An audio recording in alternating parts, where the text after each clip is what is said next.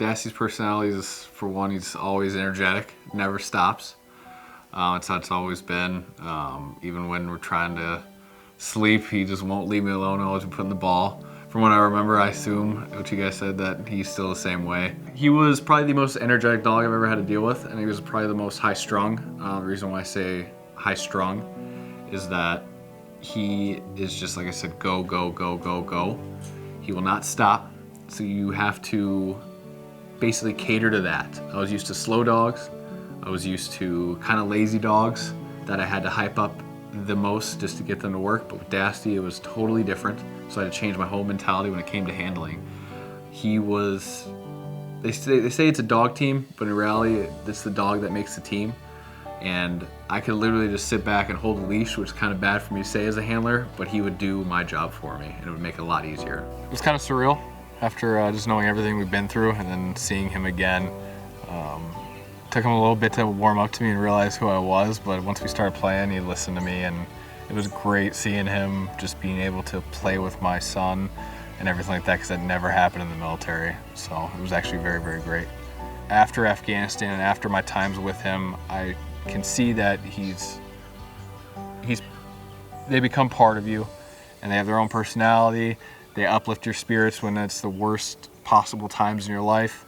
They uplift everybody's spirits around you. And just to give a military working dog a retirement that they rightfully deserve, just as anybody else, is a rewarding thing. I've done it before. It was very rewarding. And it is probably one of the best things you can do from a veteran to adopt basically another veteran. I am honestly looking to just have him sit on Fort Couch and just relax. He's done enough. He's been to enough countries with me. He's been to enough states, done enough missions. There's been enough firefights. He's good to just relax, get fat, play with my son.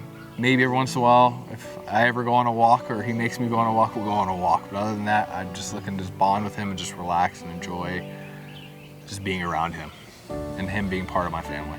Like I said before, my son, he is so excited. We've adopted a military working dog before. He sadly passed away, but they were inseparable. At first, the dog's name was Aaron. He didn't know what he was because he never saw a little kid before, basically. But once my son started dropping him food, they became best friends, and my son still asks about him, so hopefully the same thing happens with Dasty. I have a better bond with Dasty than I did my last dog just because of my deployments, and I hope that my son, that Dasty will be around long enough that my son can remember him, and also remember that that's the dog his dad deployed with, and that's the dog that kept him safe.